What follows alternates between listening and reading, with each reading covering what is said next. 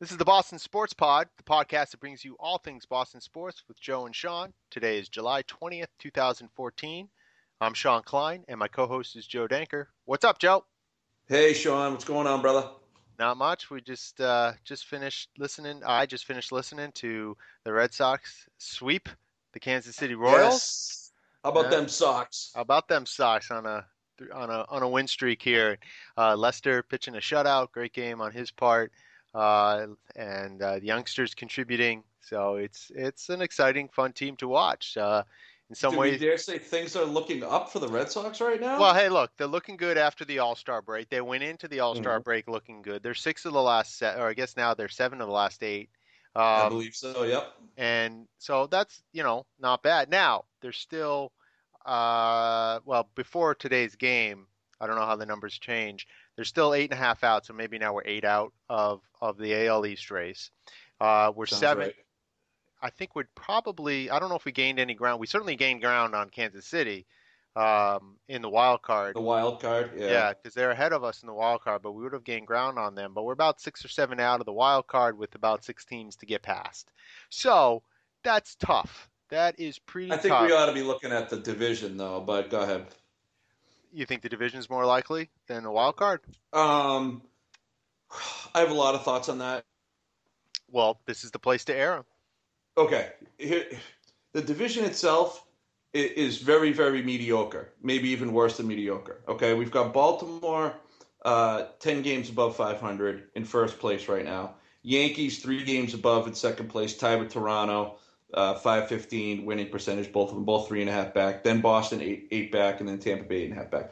Overall, the division is very mediocre. Now, if I say I think we should focus on the division, it's because I believe mathematically we have a better chance of winning the division. Okay, and destiny is more in our hands because we play the division opponents so much more frequently. Right. Okay, Yeah, we could so we it's more because I mean if we go in now, I mean we're going to play we have a series against the Blue Jays and then the yep. Yankees. I don't know if there's someone in between the Yankees and the Blue Jays, but I mean if we win those games, we could. I mean, if we sweep them both, we'll catch. Well, we won't catch up, but we'll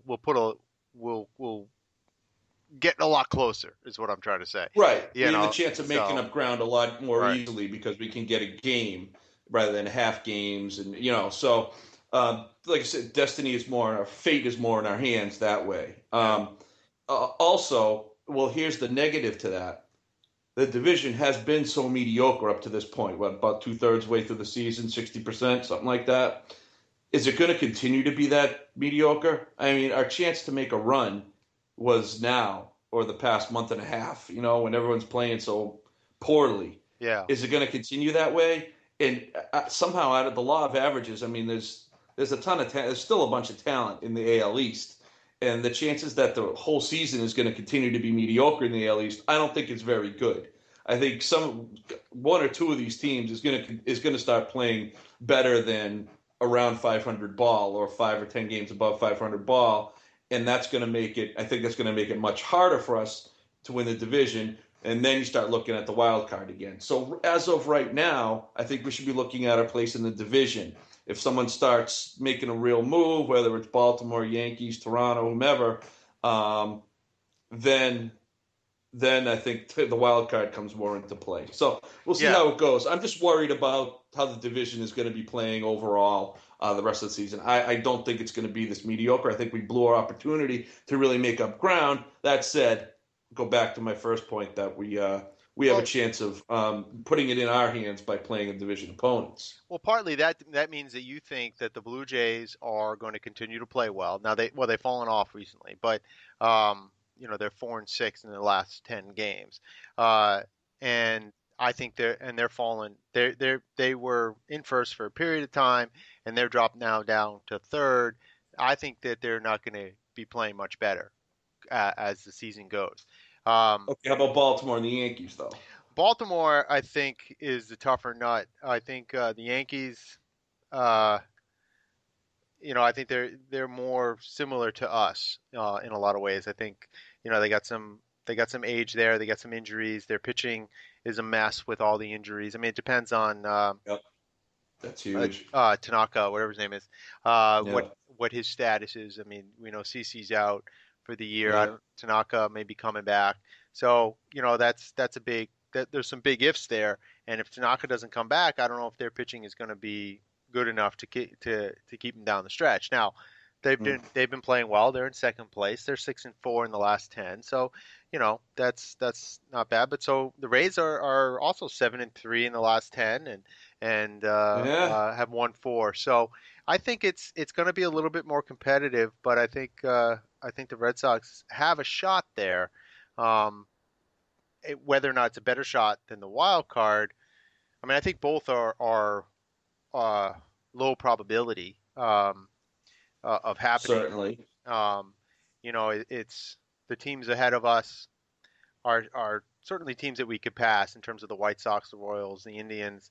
Um, there's it's not a huge gulf if we can start making up some ground there. But I still think it's unlikely. I don't think it's likely that we're going to make the playoffs. I think that's um, a stretch. But I think the young guys are going to make it fun and are going to there's going to be a run in here. They're not going to just go gently into the night. They're going to make it look. They're going to go on some runs. They're going to close the gap a little bit. Maybe they even get into the race towards the end. But ultimately, I just think that they've dug too deep of a hole to really get out of, to really expect them to get out of. If they happen to squeak in, you never know what happens in the playoffs. But I just don't think it's likely that they're going to do it. Um, but Okay. but I don't think that they're going to roll over. I don't think they're going to give up. I think they will have a run in there. I think they will close the gap, get within a couple games, 3 or 4 games by the end of the season, and be have a fighting shot near the end in terms of if things go right, if a couple teams collapse, uh, things happen, people get teams have some injuries, they like you said, the law of averages, they come back to earth. If they've been playing really well, they fall back. I mean, look at Kansas City. Kansas City had a great first half, but Yeah. they've fallen into third place in their division, and uh, Game below 500, thanks to us. yeah. So I mean, they've really, and some of that's injury, but that's what happens in a long season. You got to be durable, and you got to be able to last the whole season, and that's that's one way where I think the Red Sox are going to, with the young guys, are going to be better positioned to make a run. I just don't think ultimately they're going to get there. I think they'll just going to fall. Gotcha. They're just going to fall short because it's just too much of a hole. So basically, your scenario, the way you just painted it, the Red Sox are never going to be fully sellers. Okay, they're always Right. going to be somewhat in it, but fail to ultimately succeed to make the postseason in the end. So they're Yeah. never going to be fully be sellers. Right. They're not going to trade Koji. Okay, they're not going to Well, wave the white flag ever. So what does that mean for 2015? It means you know what I mean. Like they can't if to really build for 2015, they've got to become sellers at some point. Get what you can for Koji, and there's a big issue that I really want to get to later. But trade Jon Lester, hmm. really wave the white flag. Say hey, we don't have it this season.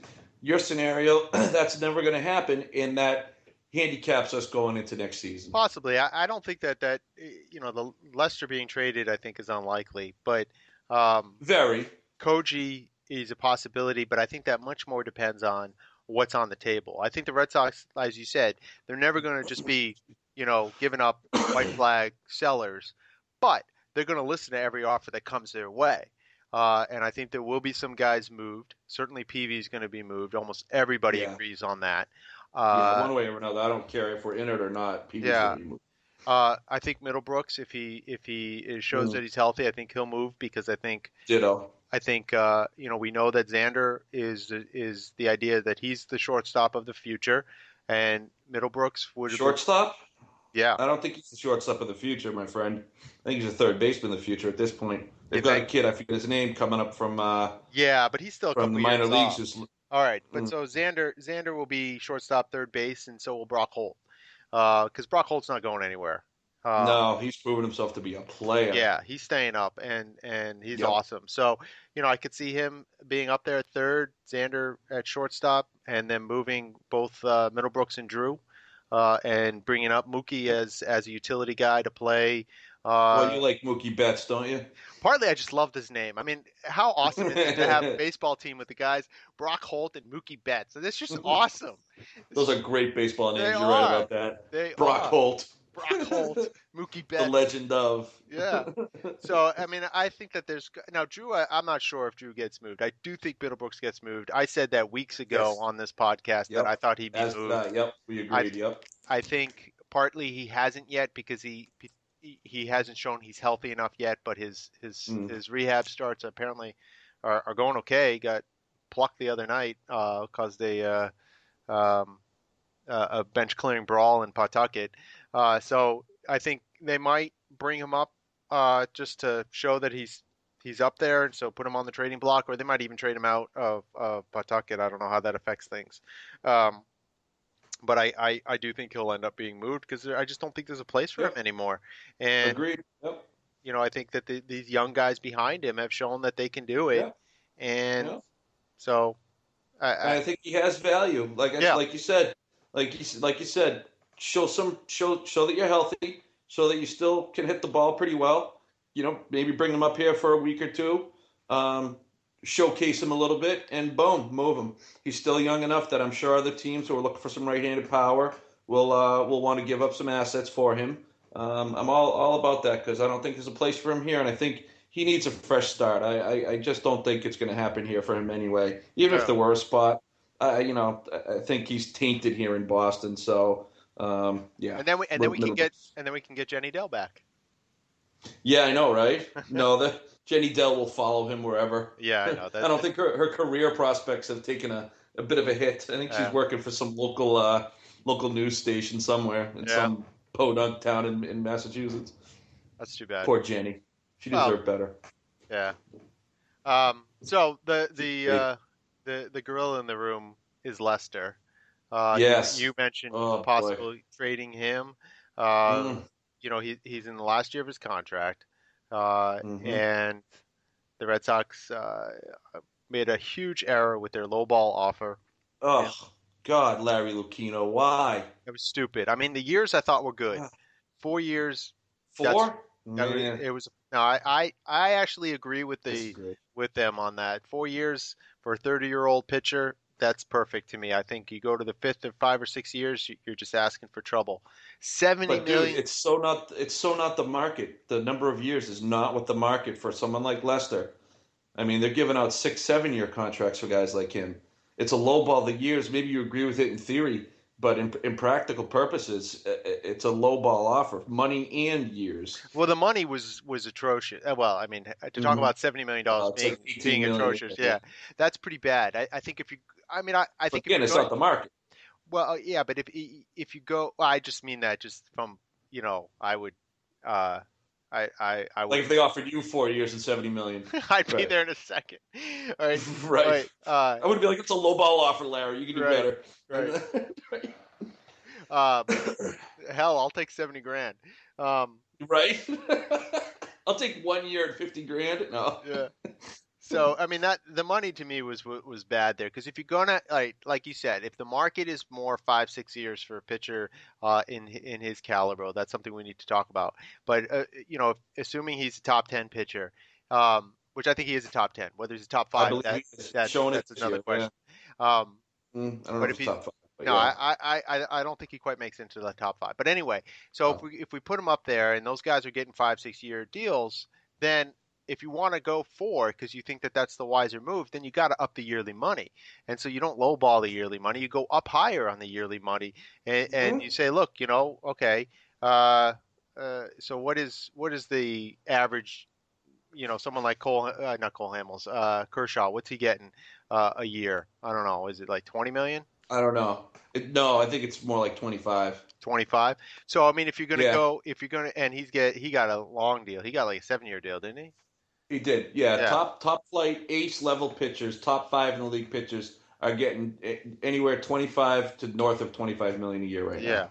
So I mean, you got to go higher in the money. You got to go to 28, 27, 29 or something like that if you're going to go for 4 years. I mean, Right. If because you're going to lowball them in the years, you jack up the amount of money. I right, heard someone put it out there this week on Sports Talk Radio. Why not offer Lester three, or they should have offered Lester 3 and 90. See what he says to 3 and 90, yeah, 30 million a year, but keep the years low, which is in keeping right now with the Red Sox. They have a sort of a team wide initiative that they're not going to be giving. Now, John Henry spoke out about this in a Wall Street Journal or some business publication about how giving long term contracts to 30-year-old players is a poor way to spend your money. particularly So the pitchers. team, particularly pitchers. So the under 30 and under is where you want to put your long-term contracts, blah, blah, Right. blah. That was John Henry speaking.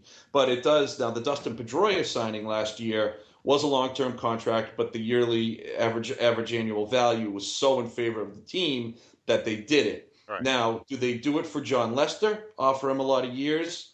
I don't know. I mean, I think they're going to go 5 years. Okay, now they went four. That's low ball. They went 17 and a half, whatever it works out to be a million a year. That's low ball. Now, 5 years.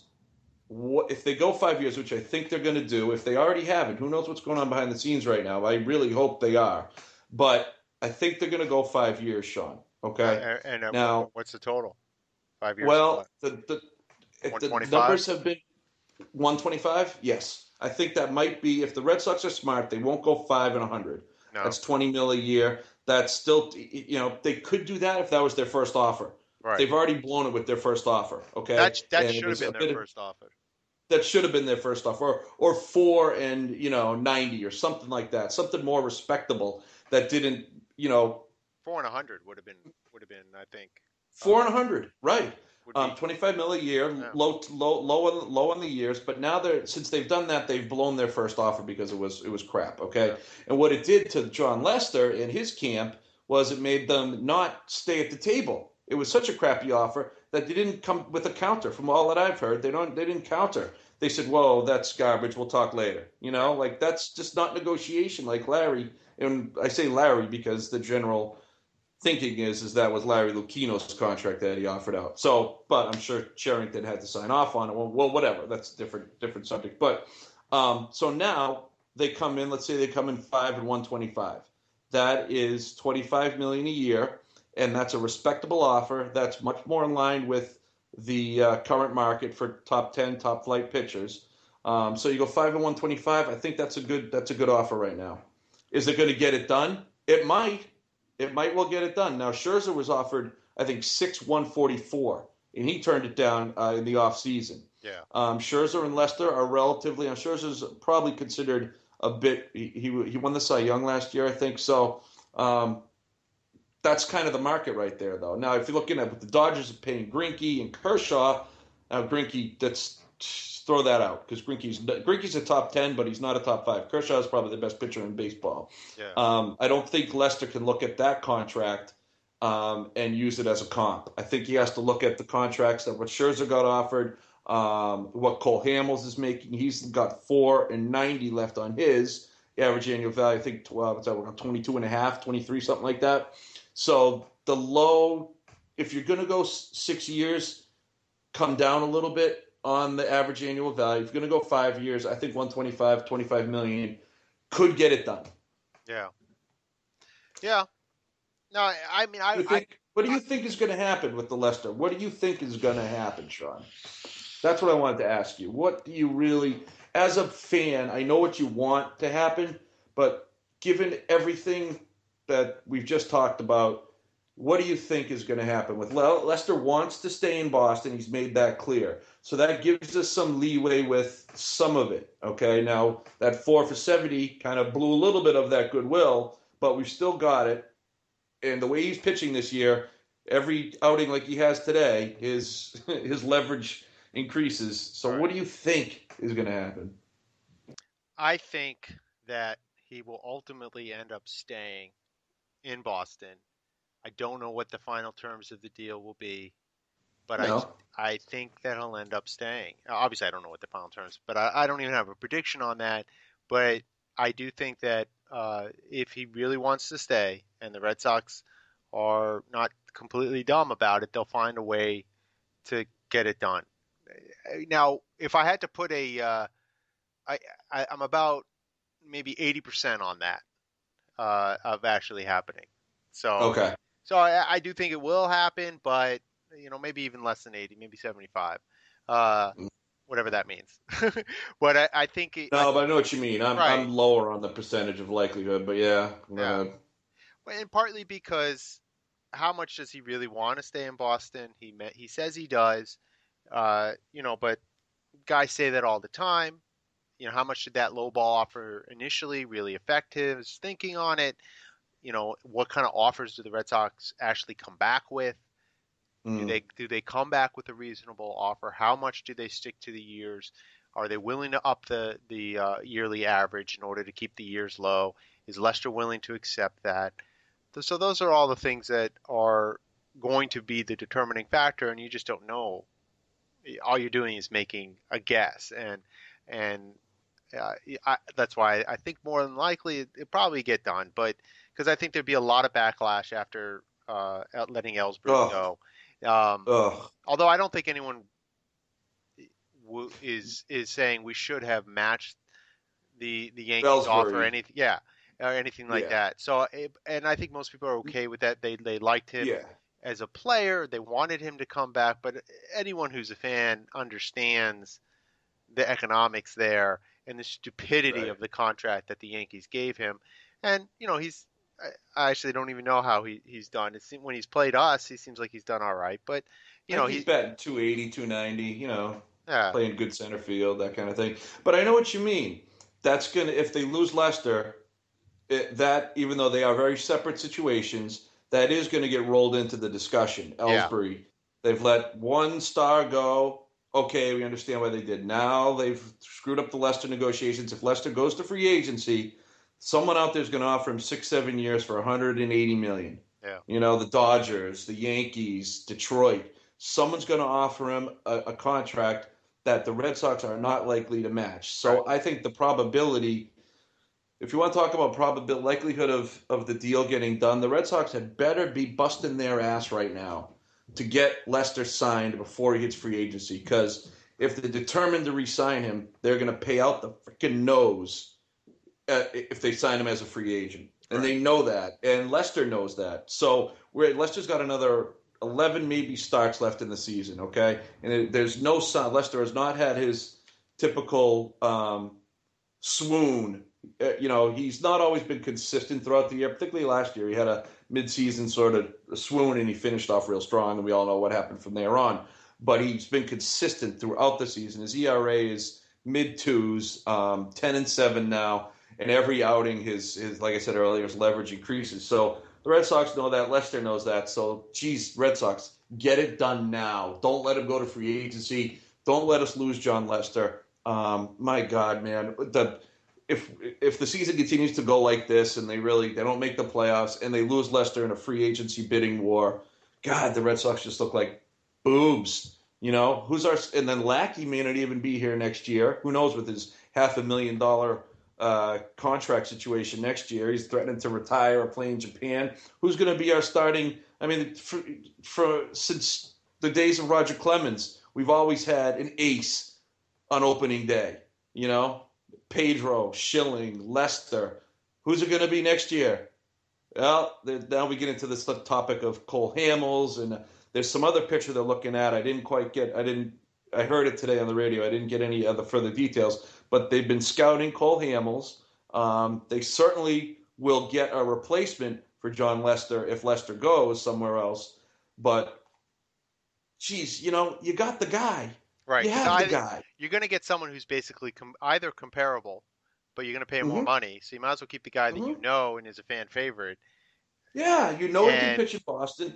He's balls when it comes to big games, which is huge in Boston. I mean, the guy can pitch here. He's pitched really well here. He is our guy. He should be our ace for the next 5 or 6 years. And if they lose him, it's just a PR freaking nightmare. And a guy, let's say Cole Hamels comes in. Boy, the pressure on that guy. Welcome to Boston. You're replacing Jon Lester, who won 2 World Series and is a hero in this town. He may not be Pedro Martinez, he may not be Clayton Kershaw, but damn, he's a damn fine pitcher, and to lose him is just bad. Yeah, maybe. I'm not 100. Maybe. I'm not 100% that we have to move heaven and earth to keep this guy. I mean, Lester's a great pitcher. Um, he's been there. He hasn't always been there, right? I mean, No, he's not. he had his tough 2012 with Bobby Valentine. Remember that one? I think Yeah, he was like 7-13 or something. He was not good. and even when he's good, I know everybody has bad games, but he does worry me. I don't completely trust him on the mound because Wow. he he can get rattled, and Yes, yes. When he and doesn't get a call the way he wants, he can get rattled. yeah, and so sometimes but now of course anybody's like this. Any professional pitcher is like that. That they're going to have games that no one's ever 100% on their game. They have bad games. They're going to have games where they get rattled, where they get shelled, where they get hit, and that happens with Lester.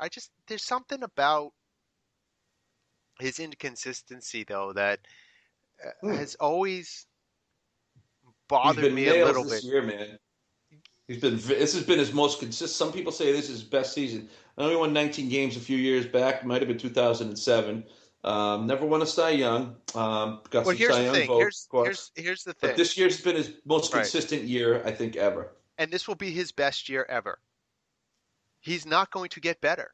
He's going to get worse. And that's where I think, when you come Well, down to John Henry's point is that maybe next year maybe next year he could be as good, maybe slightly better. But it's after that, it's going downhill. I mean, it's just a matter of biology. wait. When does he go downhill, Sean? What are you saying? Like, I mean, he's He's going to get 30. too old. Yeah. I mean, he's going to, but So when he's 33, dude's in great shape. He's not injury prone. He gives you 200 plus innings every season. I get it. I know age what is catches up with injury prone? everybody. I hate this talk of injury prone. Even, Oh we'll get boy, into this you when we hate talk it. about the Patriots. I mean, there's injury prone. There are guys who do seem to get injured a lot. I'll grant you that. Clay Buchholz is injury prone.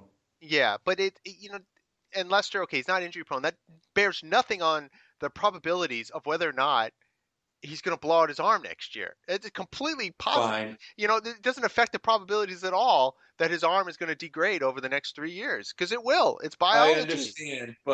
I understand, but you know what? All you can go on is history. Okay, if you're, let's say, you're Sherrington. Okay, looking at John Lester's history, he's not injury prone. I No, know he no, could no, no, blow out no, his no, arm no. tomorrow. You go on where you think the guy's going to go in the future. You don't worry about what he's done in the past. I mean, the fact that he's been solid does not bear at all whether or But you not he's can't going see to the be future. solid. You have to base. You can't see the future.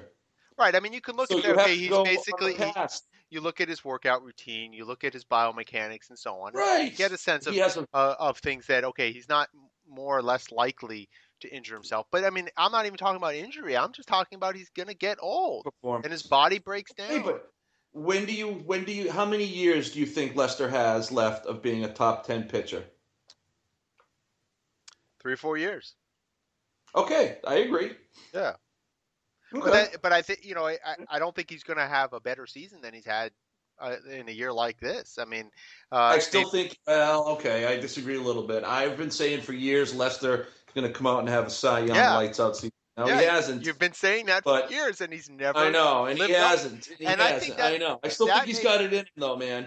that may be part of my thinking here in terms of why his inconsistency has sort of bothered me is because maybe it's not so much that he's been inconsistent because that may be overstating it, but I think we've always expected more from Lester. We've expected him to be a number one lights out ace, and he isn't always that. And Okay.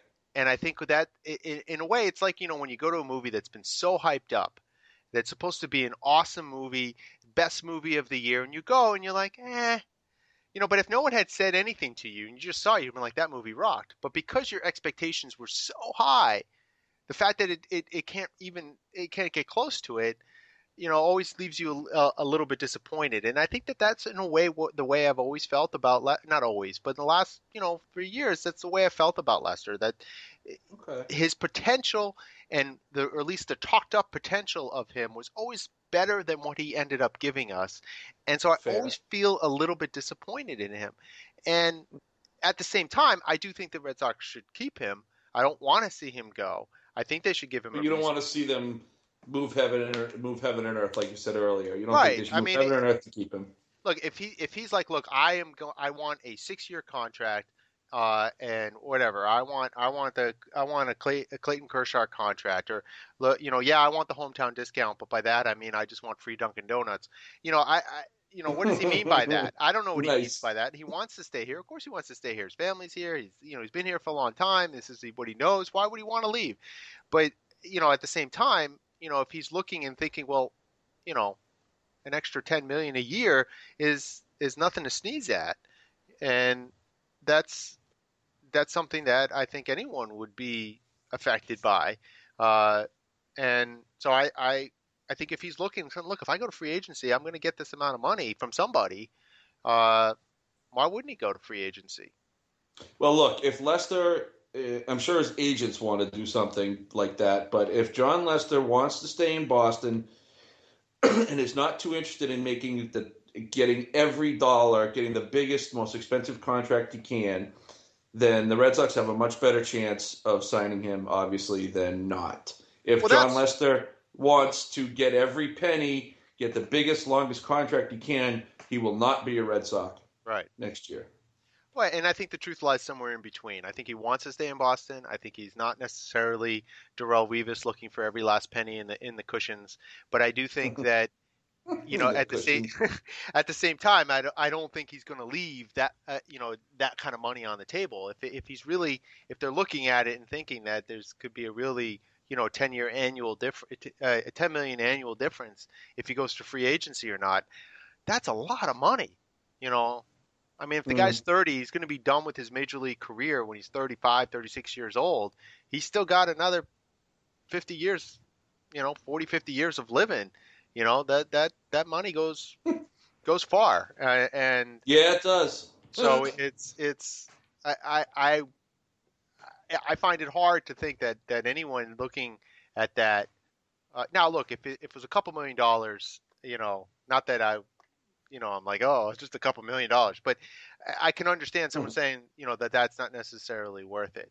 But when you start talking about $10 million difference, that's a lot of pesos, and it's hard to think that someone is gonna Yes, just, hombre, it is. yeah. So it's hard to think that he would just stick around. Now, no, that doesn't mean that he won't, but and maybe they're not really sure. I mean, look, that's always a gamble. You don't know what's going to happen when you get to free agency. Now, you don't know how many other teams are really in the market. You don't know uh, what the salaries are ultimately they're going to offer. Now, it's probably going to be higher, but how much higher? And if you're happy where you are, let's get a deal done. So, and it's a tough situation on both sides. If he really does want to stay, and given that, let's assume that he's very sincere in his desire to stay here, then that's why I still think something will get done, because both sides ultimately want something to get done. And Mm. that, if you have that situation, then I think you get something done. Dude, Clayton Kershaw, his average annual, his 7-year contract, 215 million, signed it last year. His average annual value was over 30 million. Yeah. Starting next year, he makes 30, then 32, 33, 33, 32, 33. Yeah. $30 million. And that, Wow. that's an insane contract. And the Dodgers are spending Insane. money. Yeah, they're spending money like they work for the federal Drunken government or something. sailors. Yeah. Oh, hey. Yeah. So I mean, uh, you Dig. know, so but that's their money and their decisions. And Clay, so far it's paying off for them.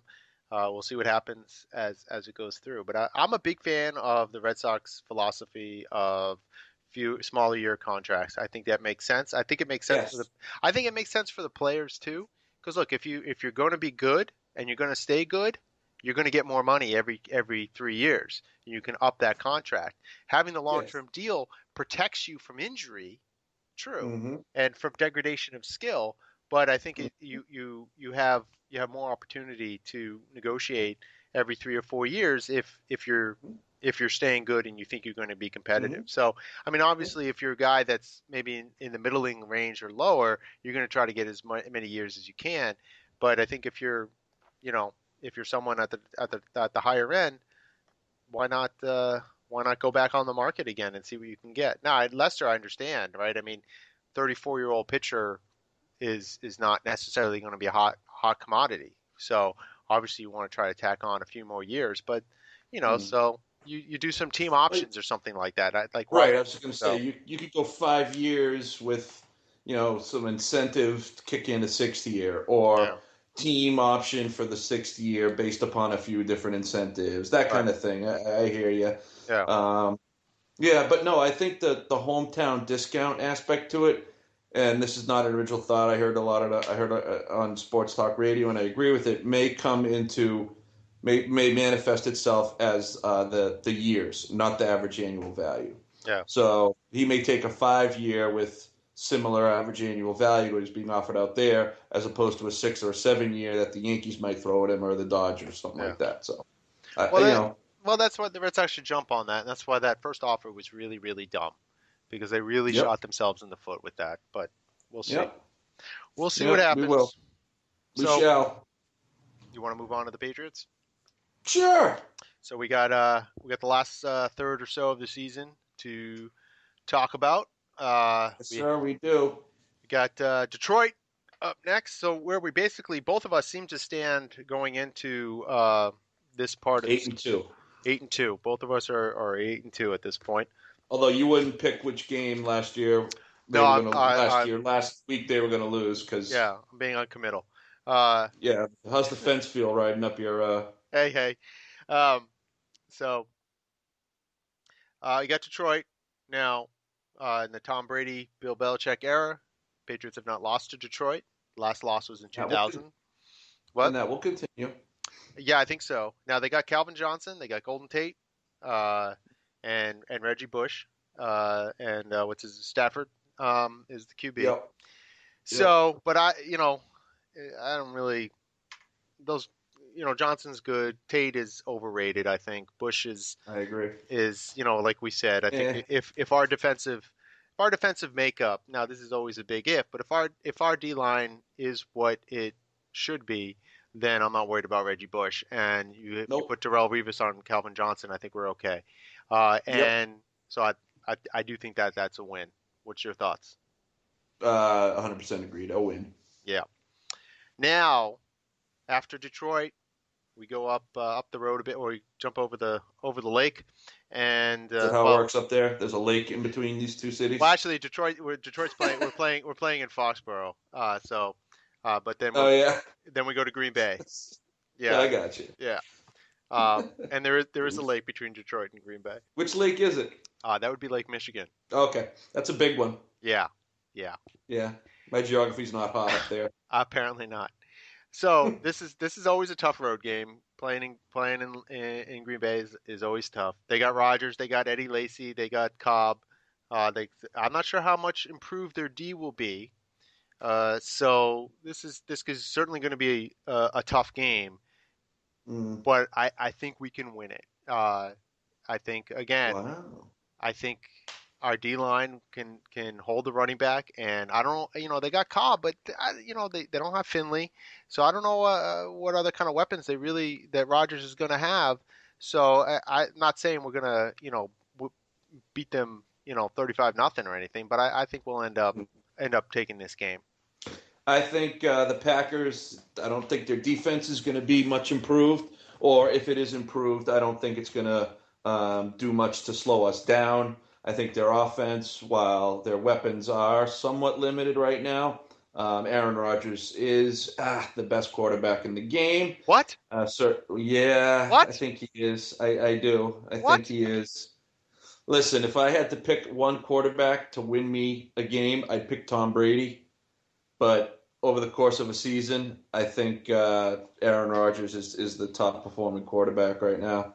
He's younger. He's still got a bazooka. He's mobile. He's smart. I like Aaron Rodgers a lot.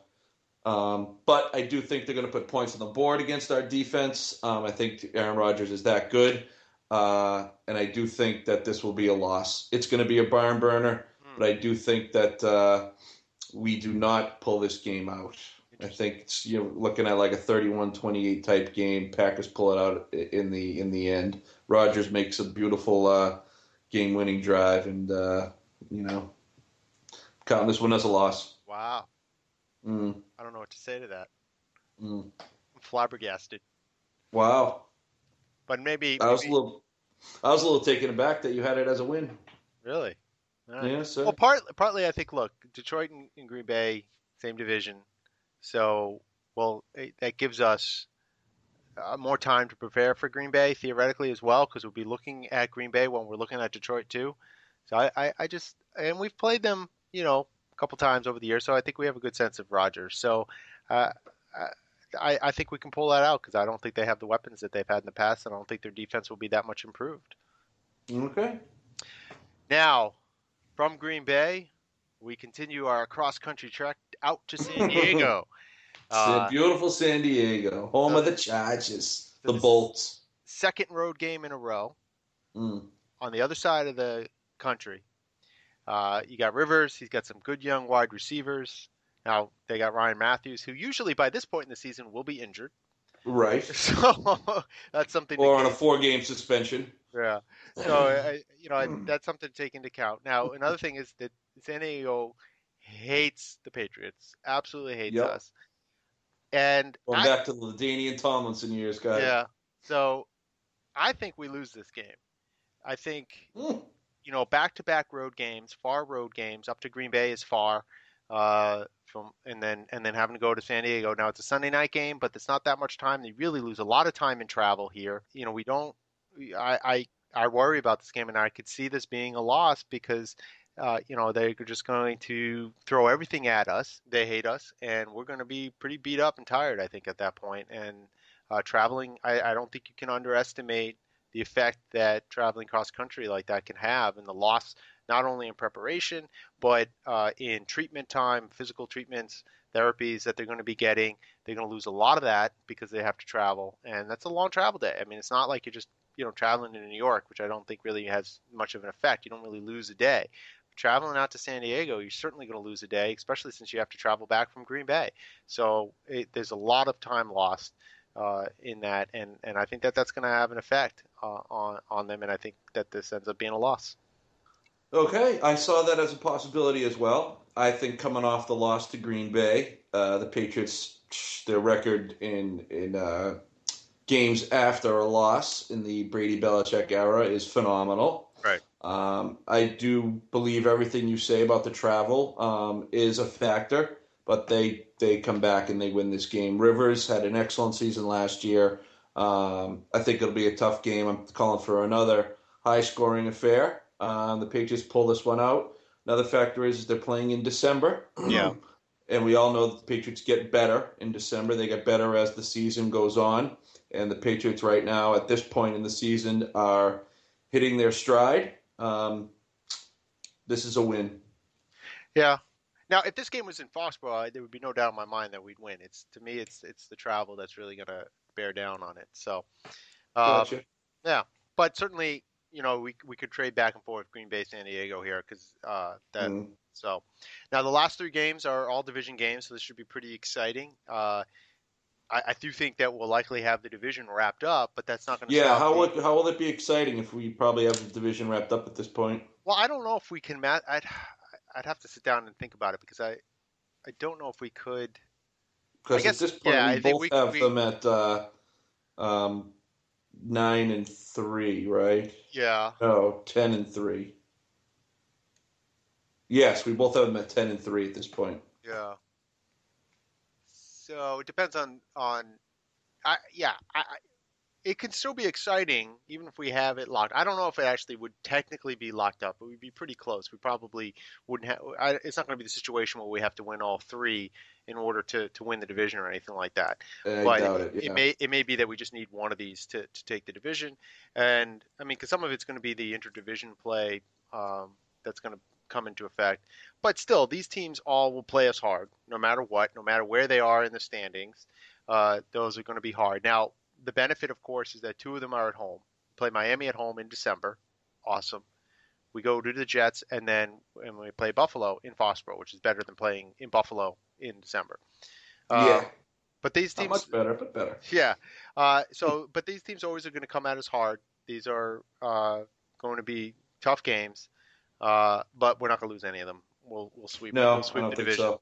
Yeah, Yep. And the Dolphins game, I think that actually the Dolphins are going to have wild card dreams at that point on December 14th, we're going to and crush them.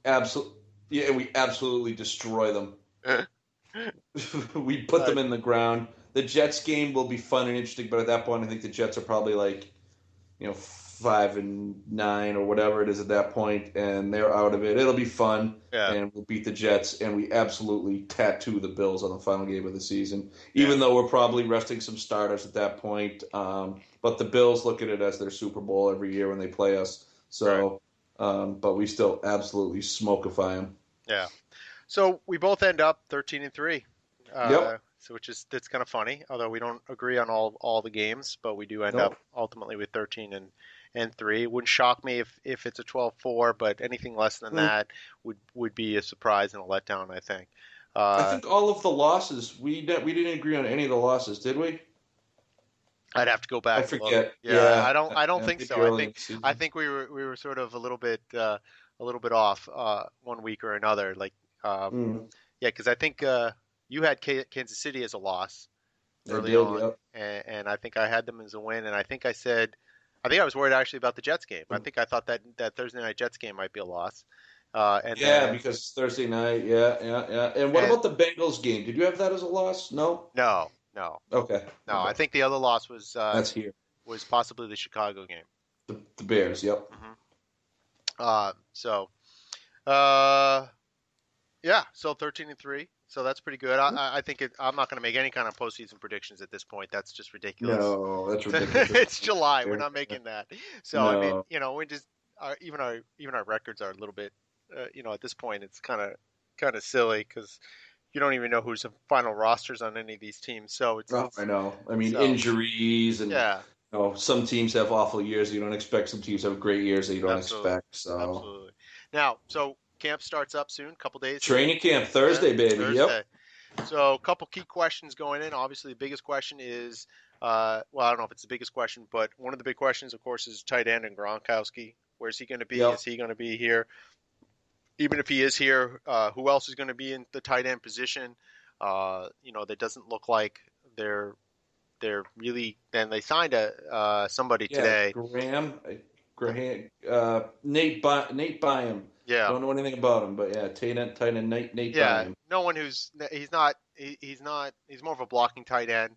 And that seems to be what they get a lot of these blocking tight ends. They're not really getting that sort of hybrid tight end wide receiver like Gronkowski or Jimmy Graham type that I think we were all looking for them to get as either a complement to Gronk or as a backup to Gronk, and they don't seem to have that.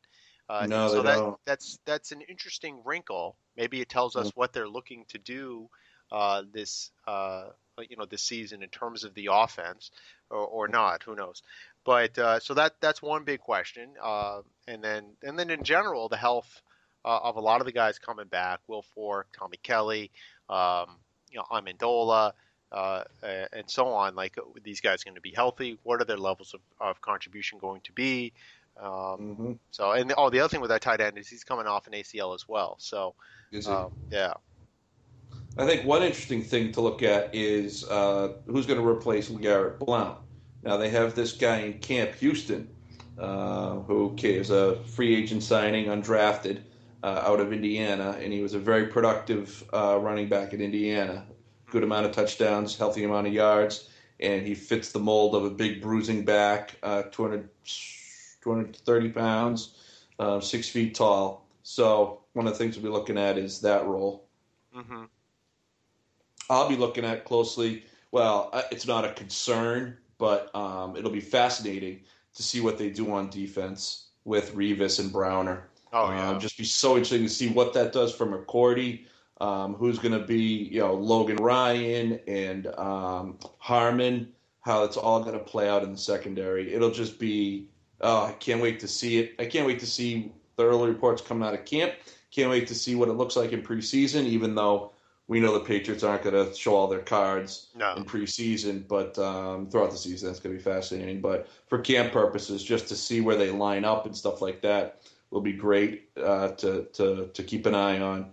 The other thing that I'm looking at is obviously Brady and his wide receivers. I think Yes. we will see, just by nature of them playing offense, we will be able to see if they're more on the same page as Tom Brady and what Brandon LaFell is going to bring to the table. Now, he's a pretty good wide receiver. He's been pretty productive over his first several seasons with Carolina. So he could be a really strong factor. And, Brady has a history of taking decent wide receivers and making them, 90 catch, 8 touchdown kind of guys. So be interesting to see what those guys look like with Brady throwing to them. Definitely. Yeah, that's you think Dobson, no, he's been injured, so that's a concern. Yep. Yep. So, but that's definitely a Yep. Dobson question. and Tompkins, Kimbrel Tompkins. Yeah, I'm I seeing what really they look I like. I really want to see Tompkins take that next jump and Mm, be the burner on the outside burner that I just feel mm. like he is destined to be. I want to see that happen because I think that would be awesome if God, it'd be so great to have yeah. somebody take the top of the defense off. Hmm. Someone, yeah, a burner who you can, throw a Yeah. fly pattern out 40 yards and, just have that threat of having, a Randy Moss, I'm not comparing him to him, but No. having a threat of the deep Yeah. option does so much for this offense. It Oh opens up yeah. Amendola on the ins Edelman. and ins and the intermediate stuff. Edelman, oh yeah, I mean, oh God, to have that deep option is going to do wonders for our offense. Yeah. Yeah. That I'm excited for that. Oh, I'm getting excited. Starting to get excited for football. I am too. Uh, Is it too early to start thinking about fantasy football, Sean? no, it isn't. Definitely is No, it not. is not. Good It's answer. definitely not. No. Yeah, I have been starting to just starting to think about it. I mean, Too. it's too early obviously to start doing draft, real Yeah. draft preparation, but you got to start thinking about, you know, you just start looking around the league, seeing who's in those positions, seeing who's going in some of the mock drafts, who are the big Oh, fantasy gurus talking about, just to get a feel for that. So I'm starting to pay a little bit more attention to that. oh Um, yeah. so working on a blog post actually about uh, fantasy football for the Sports Ethicist website, Ah. looking at a guy who critiques fantasy football as having a negative effect on spectatorship, and so I'm trying to critique his article. So I just haven't had That would be interesting to see. Yeah, yeah put it up there. I wanna. That's interesting stuff. I want to read that. yeah. So I'm working on that. Camp starts Thursday, so we'll have some more information then. Well, The Revs are sliding, not good. yeah, that's what I've Uh, heard. I've yet to catch a game. Did they play last night? yes, and they lost. Yeah, then they Yeah, lost. yeah. Ouch. I've been meaning So to catch one of their games with my commitment to myself to catch more soccer, but yeah. I didn't catch that one last night. Yeah, yeah, I haven't been able to catch. Now you can watch the condensed matches online, uh, Oh yeah. but Where do you go? MLS.com or some shit like that? I think so. I think so. Yeah, Hmm. yeah, because I watch it through the app sometimes. So the Revs Hmm. are sliding. That's not good. The Celtics Bruins, they're doing off-season stuff. The Bruins have made some Yep. signings and stuff. Um, so that's all in the works. Not much to talk about there. Nope. Um, I'm sure there'll be plenty to talk about as we get closer to the seasons. yeah. Now, what do you think about the London NFL team? Now, the only reason why I bring this up is that Kraft was talking about it, so that makes it Yeah. relevant for Boston sports. And there's a chance that such a team might be in our division, uh, Yeah. just for space reasons. Hmm. So, you have any thoughts on that? Have you thought about that at all? I have thought about it a little bit, and I've heard what you're referencing there with Kraft. I'm not. No, I don't like it. I don't like it really, Shawn. To put a full-time team in London, it doesn't seem to make a whole lot of sense to me. The logistics of it are a serious challenge. Let's say it is a team that's in the AFC East, okay? Um, we're going to travel there once a year. They're going to have to travel here 3 times a year. Um, Well, it's a scheduling thing. I mean, you schedule it so that they come over. That team would come over and they would stay here and they would play a bunch of teams and then go back, right? And then okay, I you guess that, yeah, you'd that go makes some you sense. and the teams that would go over, I think you'd have to sort of give them a bye week one way or the other. Um, it almost Yeah. would work better if you had two teams there. Uh, How so? well, because then you'd go over and you'd play two games. So you'd stay for the 2 weeks and you'd play two games and then come back and have your bye week or something like that as a recovery Okay. time. So I could see that working. Now, the other logistic, of course, is the time. Now, flying Hmm. from the East Coast to London is not quite the same thing, but it's roughly equivalent than flying from the West Coast to the East Coast. I mean, if you Just in travel. reverse, yeah. Right. Or if you're San Diego and happen to come play in Foxborough, True. that's not a huge difference. I think maybe Truth. now there's international travel is a little bit different and maybe a little bit more stress. But now, of course, if you're San Diego and you got to go play in London, that's ridiculous. So that Yeah. yeah. So that part that I don't know how you work. I don't know quite how you work that out. But I think you could get over some of that logistical stuff. Okay. So Well, now I've heard some talk about maybe taking a current NFL franchise and yeah, moving it. yeah. The Or Jags. is that right? Yes. Is that the current thinking, or are they talking about an expansion team? I don't think they've even quite gone that far yet. Okay. Uh, Because I'd be okay with taking a. I wouldn't. I'm not so sure about an expansion franchise out there. no, Like I yeah, would take the Jaguars, move them out there. You know, yeah, that yeah, would seem more sense to possibly. me.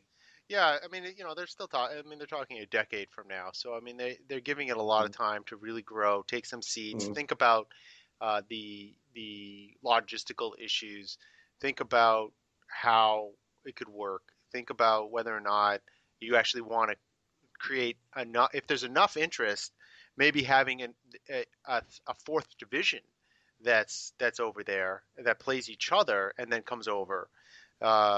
Something like that. I think would be if there was enough interest in Europe that you could Right. have that and then have like a World Series of a World Series of Super Bowl or something like make the Super Bowl you know be Europe versus the U.S. I mean that would be pretty cool.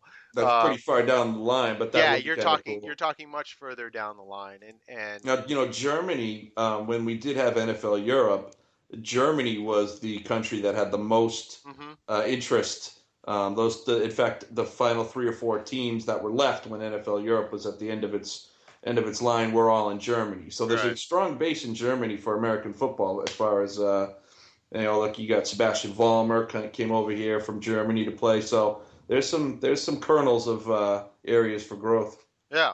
No, and of course you're going to have the Toronto Bills soon enough. Yeah, Um, right. so they'll have some international flavor to it. I just Right. kind of threw it out there. I'm not really sure. I mean, I think the NFL certainly is interested in doing it. It would be, Oh yeah.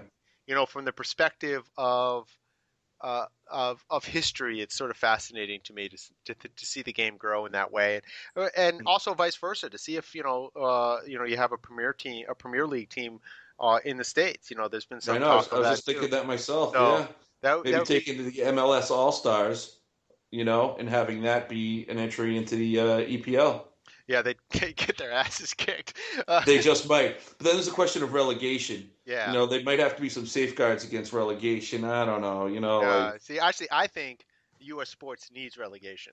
I love relegation. Mm, There's I no know you do. talk In of fact, I like it too. there's no talk of this bullshit tanking of seasons when you have relegation because you're fighting for your life Right. to stay up. You don't have the Celtics tanking the season. You don't have suck for luck. You have teams saying, "No, we need to stay in it." And so Right. I love relegation, but I Yeah, don't. it gives so much from my minimal experience with the EPL last season. it gives so much weight to some of the end season games when these teams who have had Yeah, a terrible year at the bottom of the table are fighting for their lives. You yeah, know? it's awesome. It's awesome. Yeah, it's interesting. I like that. Alrighty, all right. Anything else? No, man, cover it up. That was a good talk, Sean. All Thanks right. for spending some time chatting about Boston sports with me. Well, this has been the Boston Sports Pod. We'll see you next time.